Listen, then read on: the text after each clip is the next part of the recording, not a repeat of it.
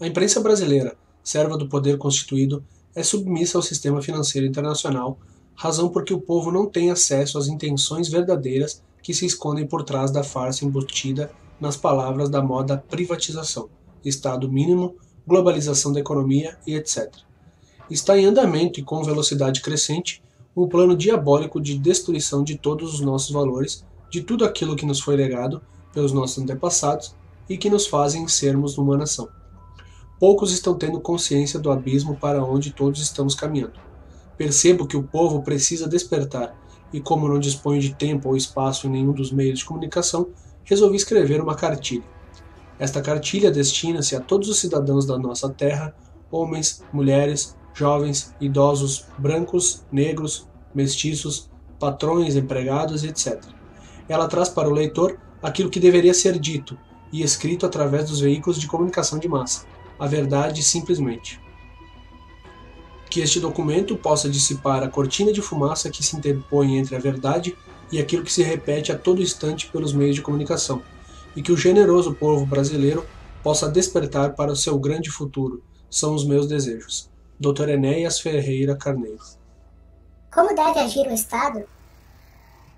Tendo em vista suas amplas e profundas responsabilidades, o Estado deve agir sempre que necessário, como órgão interventor, restabelecendo a ordem, a justiça, a igualdade de oportunidades e o direito ao trabalho, à moradia, à educação, à saúde, aos transportes e à sadia necessidade de criação de riquezas, intervindo, se necessário, na produção ou na economia como um todo. Ou seja, sem isso, a cidadania é pura conversa fiada. Sem nenhuma dúvida. Mas se o Estado serve para tudo isso, por que não estamos vendo isso no Brasil? Porque o Estado que aí está é fraco, inerte, ilegítimo, sem nenhuma função social, é inimigo do povo. O Estado que aí está, na verdade, não é soberano, ele obedece a um poder infinitamente maior, o sistema financeiro internacional, que impõe suas regras demoníacas à maioria das nações. Mas por que os governos obedecem ao sistema financeiro internacional? Porque para chegar a seu governo, fizeram acordos, receberam importâncias fabulosas de legítimos representantes do sistema financeiro internacional. E qual é o interesse então do sistema financeiro internacional? É destruir o Estado-nação. Destruindo o Estado-nação, não haverá mais quem defenda o que é patrimônio nacional. Assim, as grandes riquezas da nossa terra, a água, o subsolo, as fontes de energia e etc., que nos fazem o país mais rico do mundo, passarão às mãos de grupos representantes dos países ditos ricos, que na verdade estão em situação desesperadora, porque não tem como enfrentar as grandes necessidades do próximo século. O senhor quer dizer com isso que o Brasil é muito importante para eles? Sem dúvida, sem as riquezas do Brasil, não há futuro para os países do primeiro mundo. Por isso o Brasil é muito importante para eles. O que não tem nenhuma importância para eles é o povo brasileiro. Mas já não existe um consenso mundial que o Estado moderno não deve intervir em nada, que tudo deve ser entregue às forças livres do mercado, fundamentalmente às estrangeiras, que deve haver liberdade absoluta? Isso é uma grande mentira. A liberdade absoluta leva a um verdadeiro massacre dos mais fracos pelos mais fortes. É a luta entre a raposa e o pintinho, ambos livres. Na verdade, só o Estado tem força e, por ser responsabilidade sua, tem o interesse para intervir na economia a favor dos mais fracos, porque só o Estado, antes do lucro, está preocupado com o bem-estar do seu povo. Esta é a questão central de todos os grandes problemas nacionais. Mostraremos isso passo a passo nas próximas páginas.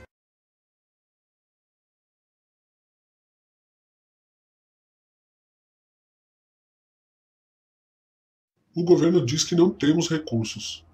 Como não temos recursos? Por acaso não temos uma imensidão de terras férteis, com a maior parte ainda não utilizada? Terras férteis são fundamentais para o desenvolvimento da agricultura. Terras férteis são fundamentais para a criação dos rebanhos. Por acaso não temos a maior quantidade de água potável do planeta? Água potável é água para beber. É o que mais falta no mundo. Guerras estão sendo previstas no mundo por causa dessa água potável. Por acaso não é o nosso subsolo um dos mais bem dotados da Terra em riquezas, minerais, ferro, ouro, alumínio, nióbio, manganês, quartzo e etc? Mas para que servem essas coisas? Todos os meios de transporte, carros, trens, aviões, etc., são feitos utilizando ferro, alumínio, manganês e outros metais. Sem os metais, os edifícios modernos não existiriam, e nem mesmo a grande maioria dos utensílios usados atualmente seria fabricada. Sem o quartzo, não existiriam as maravilhas da eletrônica, as televisões, os rádios, os computadores e etc. O Brasil detém a maior reserva de quartzo de primeira qualidade do mundo. Ele é exportado a um preço inferior a $5 o quilograma. E nós importamos componentes eletrônicos, chips de computadores, feito com o nosso quartzo a um preço superior a $3.000 o quilograma. Isso é entrega criminosa do patrimônio nacional.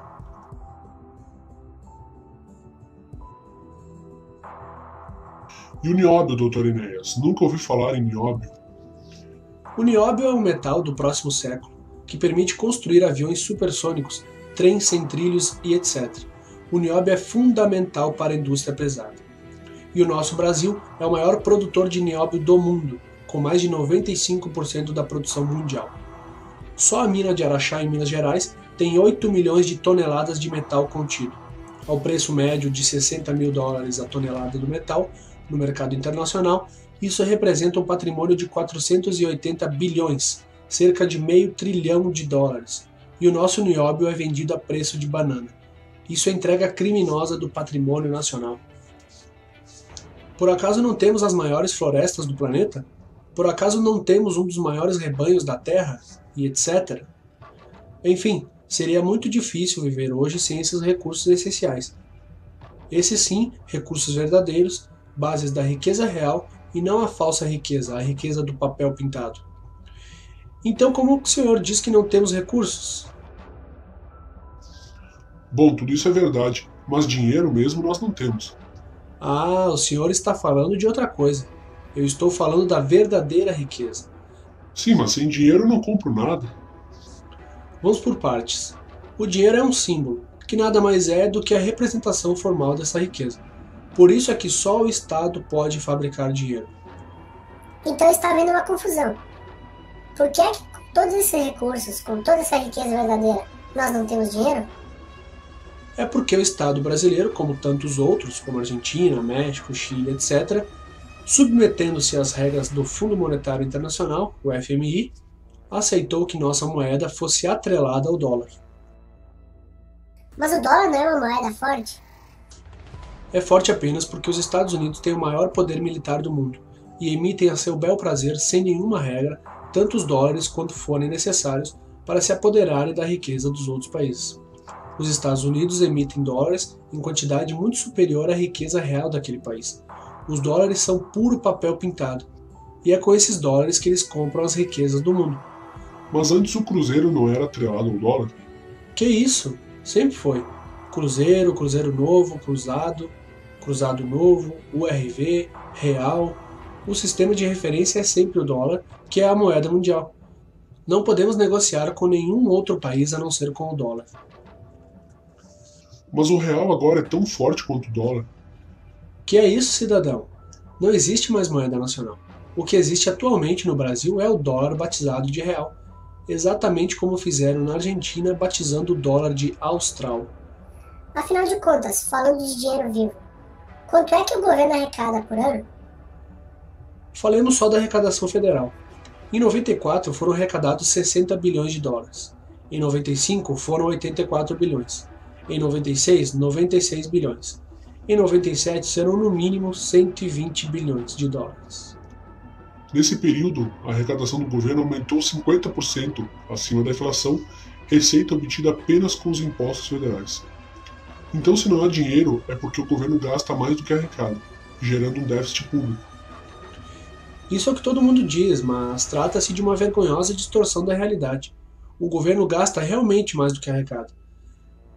Mas não é com despesas públicas, não é para manter o funcionamento da máquina estatal, não é com pagamento de funcionários públicos, não é para manter as Forças Armadas e não é com a manutenção de hospitais e escolas. O que ninguém diz, porque não há interesse em dizer, é que existe uma saída gigantesca de dinheiro, de modo oficial, que é canalizado todo ele para pagamento dos juros gigantescos, os maiores do mundo, com que é pago o serviço da dívida interna. Serviço da dívida interna? O que é isso? Essa história é um pouco complicada. Já há pouco mais de uma década, vem crescendo assombrosamente uma dívida do Tesouro Nacional chamada de dívida interna, que consiste em dinheiro que o governo apanha de investidores nacionais para pagar suas contas relacionadas com o funcionamento da máquina estatal.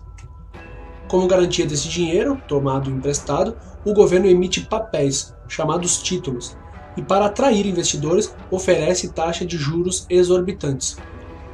Veja só, em 95 foram pagos 23 bilhões de dólares com juros da dívida interna. Em 96 foram 16,6 bilhões de dólares, só de juros da dívida interna. Mais 7 bilhões pagos com juros de parte da dívida interna que foi transformada em dívida externa. Se a receita da União em 96 foi de 96 bilhões de dólares e o gasto total com juros da dívida interna foi de 23,6 bilhões, pode-se afirmar que, para cada R$4 arrecadados, um foi para o pagamento de juros da dívida interna. E ainda existe muito, muito mais. O governo toma emprestados, através do Banco Central no exterior, dólares para manter artificialmente suas reservas, que rendem para o Brasil cerca de 5% ao ano, mas paga aos credores juros de 15% ao ano. Essa diferença absurda de juros, em torno de 10%, sobre os 60 bilhões de dólares, vai representar uma perda de 6 bilhões de dólares. E pior ainda, existe uma dívida em moeda estrangeira que não é registrada, que não é mencionada, que não é calculada pelo governo, dinheiro para especulação pura.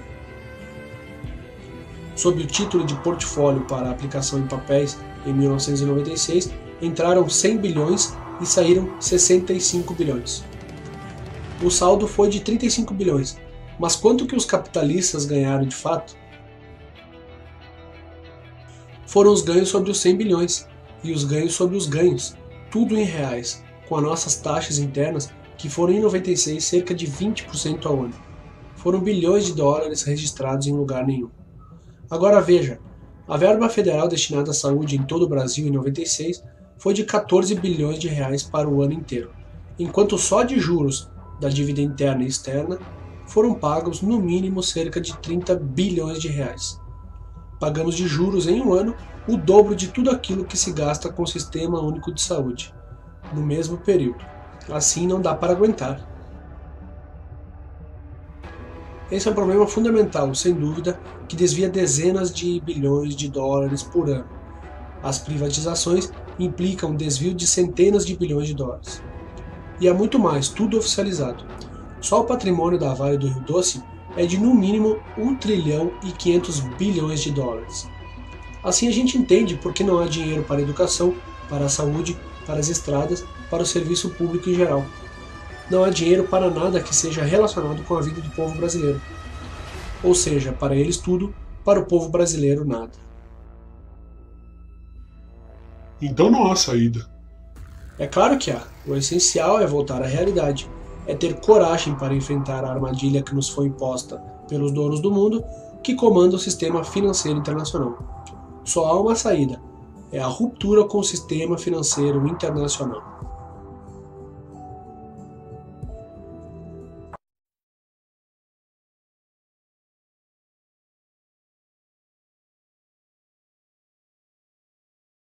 Se os donos do mundo precisam tanto das nossas riquezas, por que não declaram logo guerra ao Brasil e tomam conta de tudo? Porque isso seria condenável à luz do direito internacional. É muito mais fácil atualmente subjugar uma nação através de um projeto de dominação econômica disfarçado de ajuda para entrar no primeiro mundo. Quando é que isso vai começar a ser feito? Não, isso já vem sendo feito há muito tempo, e com velocidade muito maior nos últimos 10 anos, graças à atividade servil dos governantes. Qual é a estratégia utilizada, afinal? É a destruição da nação em 10 passos. O primeiro passo: provoca-se o descrédito de tudo que é nacional, junto à população. Faz com que tudo funcione mal, até mesmo por falta de investimentos ou entregando ao inimigo o poder de investir.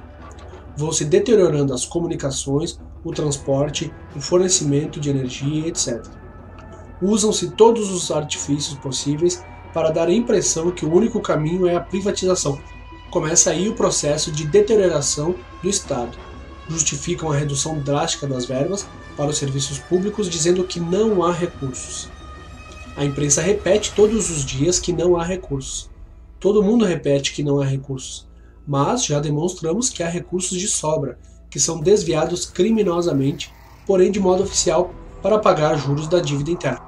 Segundo passo, reduzem-se progressivamente os salários dos médicos, professores e da maioria dos profissionais, funcionários públicos, que trabalham diretamente com o povo, criando neles uma falta de entusiasmo com seu trabalho. Com isso, cai fragorosamente a qualidade dos serviços prestados à população, deteriorando-se os serviços básicos de educação e saúde, que são fundamentais para a existência de qualquer nação. Terceiro, provoca-se a perda da autoestima. Os meios de comunicação só divulgam o que não presta. Exemplos de corrupção de funcionários públicos, negociatas, golpes contra o Estado, etc. Institucionaliza-se o deboche, o desrespeito à pessoa humana, aos mais velhos, à família, à igreja e aos princípios cristãos. Cultiva-se uma verdadeira inversão de valores que a humanidade levou milênios para construir. Destrói-se tudo e faz-se isso sob a fachada de modernismo. Quarto, promove-se uma propaganda gigantesca a favor da desmoralização das Forças Armadas, que são o braço armado do povo. Em vez de serem fortalecidas, são deixadas à míngua, sem recursos materiais, os militares com baixíssimos salários, e isso tudo visando seu aniquilamento total. Quinto, promove-se um verdadeiro genocídio, de forma explícita, matando de fome e doenças decorrentes da desnutrição milhões de pessoas, e colocando outros tantos abaixo da linha da pobreza, fazendo crescer assustadoramente a legião de desempregados, de pessoas nas ruas, com verdadeiras hordas cada vez maiores de meninos de rua. Pratica-se um controle de natalidade desumano, esterilizando moças pobres em pleno período de atividade reprodutiva, diminuindo com isso o número de brasileiros que poderiam lutar pela sua pátria, com a desculpa esfarrapada de que assim diminuirá o número de meninos de rua. Sétimo, destrói-se pouco a pouco a nação de patriotismo. Desmoraliza-se o hino nacional, a bandeira nacional e tudo aquilo que pode representar um sentimento de amor à pátria. Os meios de comunicação, propositadamente, vão jogar na lama a língua da pátria. Como a língua é o maior patrimônio de um povo, desrespeitá-la é desrespeitar a própria nacionalidade. Oitavo, infiltra-se no cenário político e nos meios de comunicação personagens em defesa da descriminação das drogas, proporcionando com isso, na juventude, uma falsa ideia de normalidade quanto ao seu uso. Todos os médicos e membros do Diretório Nacional do PRONA afirmam: a maconha produz dependência química. Nono, lançam-se os cidadãos um contra o outro, classe contra classe, patrão contra empregado, cria-se assim um descontentamento geral, fazendo crescer a desconfiança e o ódio entre as pessoas, desaparecendo com isso a harmonia da vida social.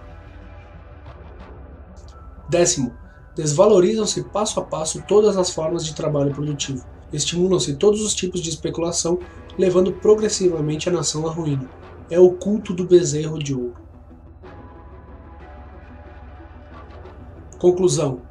Com a nação esfacelada, ninguém mais acreditando no trabalho, no governo, na família, na igreja, em coisa alguma, destruídas a noção de patriotismo e autoestima, finalmente com o povo todo convencido de que o Estado não serve para nada, que está falido, que não deve se meter em coisa alguma, que deve ser o menor possível, e está justificado a partir daí o festival de privatizações e de entrega do patrimônio nacional.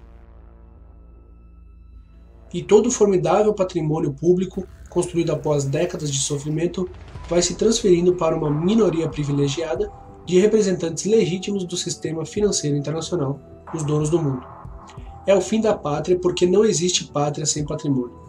Todo o dinheiro até hoje arrecadado das privatizações já feitas, Excelsa, Minas, Companhia Siderúrgica Nacional, Light, etc., foi usado para pagar juros, e com a privatização da Vale do Rio Doce, o dinheiro que constou oficialmente como pagamento para a aquisição do controle não seria suficiente para pagar sequer 2 meses de juros, somente juros.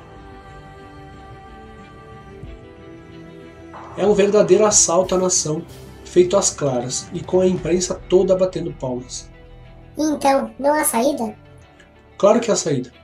É só o Estado assumir o seu verdadeiro papel, assumir a sua responsabilidade através de um governo forte, nacionalista, interventor, voltando para os interesses de todo o povo brasileiro. É ter coragem para romper definitivamente com o sistema financeiro internacional.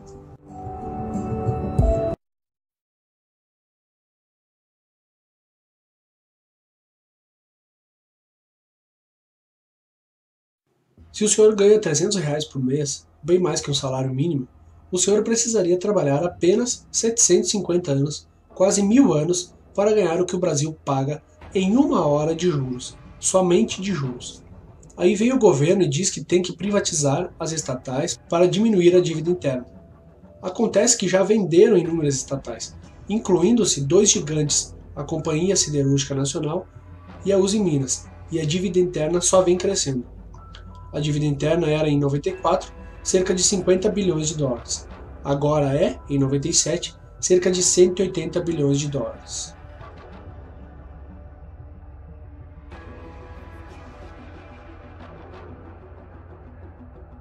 De que adiantou vender as estatais? Venderam a Excelsa do Espírito Santo por 250 milhões de dólares, que serviram só para pagar 3 a 4 dias de juros. Vejam bem, só juros. Venderam também a Vale do Rio Doce, detentora de um patrimônio incalculável, dona do subsolo mais rico do planeta. Venderam seu controle por 3,3 bilhões de dólares, o que não deu nem para pagar 2 meses de juros. Na realidade, os 3,3 bilhões de dólares nem chegaram a entrar. Estão vendendo, entregando, dando de mão beijada toda a riqueza que é de nossos filhos, de nossos netos. E a dívida só vai aumentando. Hoje ultrapassa 180 bilhões de dólares. O plano diabólico conseguiu também quebrar os bancos estaduais. E lá vão o Banerj, o Banespa e outros que não conseguem pagar os juros, sempre os juros. Querem privatizar até a Previdência, dizendo que ela dá prejuízo. Mas isso também é mentira. Nos últimos 10 anos a Previdência só deu prejuízo em 84 e em 89. É uma estrutura altamente lucrativa, e por isso eles querem privatizá-la. É apenas mais um lugar para onde o povo quer estender mais um de seus tentáculos. Eles dizem que as taxas de juros têm que ser mantidas altas para atrair capitais, porque existe um déficit público. Mas não dizem que só existe déficit público por causa dos pagamentos das altas taxas de juros. É o cachorro correndo atrás do seu próprio rabo. Baixando-se as taxas de juros, baixando-se o serviço da dívida, não há déficit, mas isso a imprensa não comenta. Até quando a agricultura vai aguentar? Até onde as diversas classes trabalhadoras vão suportar as perdas salariais? Até que nível vão fazer descer a atividade industrial? Quantos milhões a mais de pessoas estarão desempregadas? Já são mais de 10 milhões. E o senhor comerciante, até quando vai aguentar? O senhor que ganha um salário mínimo, que ganhou sempre apenas para comer, comendo mal, o senhor é capaz até de jurar que está tudo bem, porque o seu dinheiro que se volatilizava antes do plano, aparentemente agora rende na sua mão. Isso é verdade. Mas o que o senhor não sabe, porque eles não deixam o senhor saber, é que a situação atual está sendo artificialmente mantida. Mais à frente o plano vai estourar, com certeza. Não dá para precisar em que momento isso vai acontecer. Eles já quebraram a agricultura, criaram uma inadimplência monstruosa, levando a um nível absurdo os títulos protestados, as concordatas e as falências. Não por culpa dos devedores, mas pela impossibilidade absoluta de quem trabalha, de quem produz, concorrer com a agiotagem institucionalizada pelo governo e aplaudida pela imprensa. O plano é destruidor, cínico e desumano. Destruidor porque está deteriorando toda a atividade produtiva do país. Cínico porque se apresenta como a salvação, quando na verdade está levando o nosso povo para o abismo.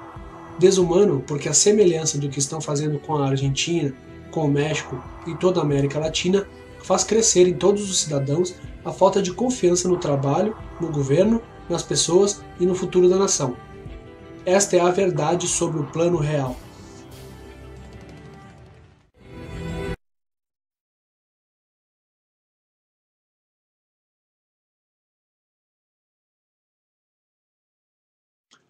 Nada se move ou se transforma no mundo sem energia. Energia é tudo aquilo que é capaz de produzir trabalho. Toda a história das civilizações pode ser escrita a partir das formas de energia que em cada época foram utilizadas. Nos estertores do século XX, o mundo assiste à exaustão das formas energéticas fósseis, o petróleo, que moveram o mundo nos últimos 100 anos. À chegada do terceiro milênio, o homem volta-se para o mundo em busca de uma forma de energia limpa, renovável, que possa ser utilizada em grande escala para dar continuidade à nossa civilização. O Brasil detém no planeta uma situação ímpar e privilegiada.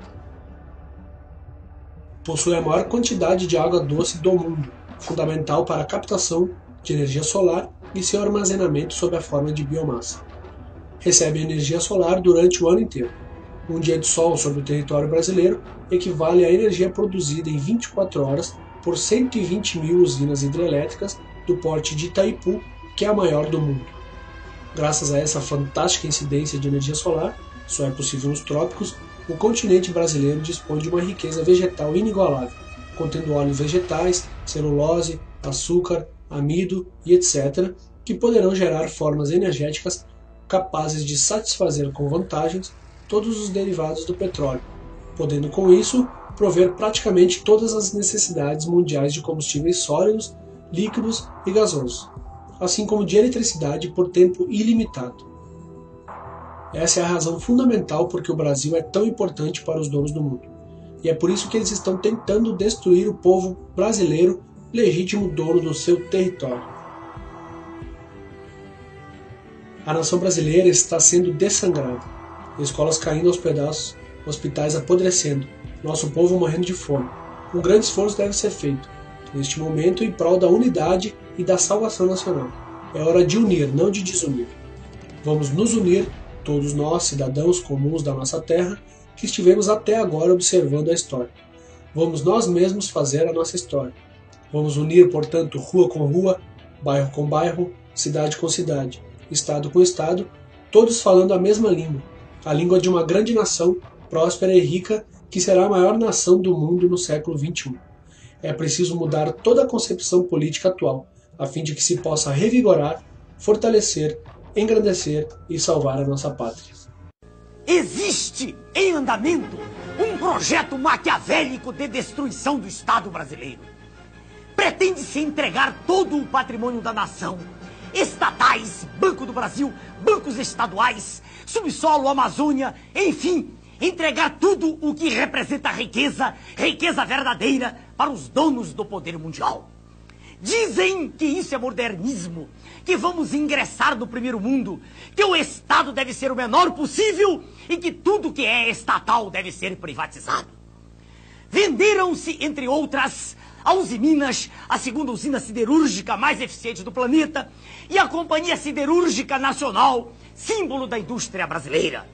Todas essas vendas vêm sendo feitas a preço de banana e ainda são pagas com papéis públicos que estavam altamente desvalorizados. É um verdadeiro assalto à nação, feito às claras e com a imprensa toda batendo palmas. Com o dinheiro arrecadado das privatizações, diz o governo, estaremos diminuindo a dívida interna do Brasil. Mas o curioso é que se vai vendendo tudo e a dívida interna está aumentando. Em março de 94, a dívida mobiliária era de 50,5 bilhões de dólares.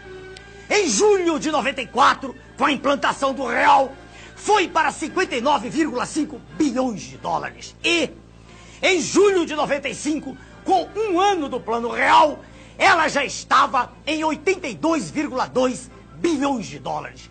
Então, para que servem as privatizações? Privatizações são negociatas que servem para transferir o formidável patrimônio público para uma minoria privilegiada de representantes legítimos do sistema financeiro internacional. O governo, sob o comando do sistema financeiro internacional, estabelece juros da dívida interna tão extorsivos que vão exaurindo as finanças públicas e vão quebrando as indústrias, destruindo a agricultura, aumentando o desemprego e criando, como diz o professor Adriano Benayon, doutor em economia pela Universidade de Hamburgo, na Alemanha, criando, sim, uma verdadeira economia de cemitério. O que eles pretendem é a demolição do Estado. Destruído o Estado, segue-se o esfacelamento da nação, fazendo com que o povo não acredite em nada que é nacional, com que perca a sua autoestima e que tenha vergonha de ser brasileiro. Daí a propaganda gigantesca a favor do Estado mínimo, de desmoralização das Forças Armadas, que são o braço armado do povo, e de destruição da família, que é a célula básica da sociedade. É a anulação de todos os nossos valores morais, é o deboche institucionalizado. Mas a nação é o povo, com o seu território, com a sua história, os seus costumes e com a sua língua. Eles querem destruir nossa nação. Com a desculpa de modernidade, de entrar no primeiro mundo, o que estão fazendo é destruir a indústria nacional. Esta é a verdade sobre o projeto neoliberal, que a imprensa podre não mostra. É conduzir o nosso povo, qual manada de búfalos, para o precipício, para a escravidão. É como se fosse um gigantesco octopus, com seus tentáculos, sugando todas as nossas riquezas e drenando-as para os donos do mundo. É a perda definitiva da soberania nacional. Meu nome é Enéas.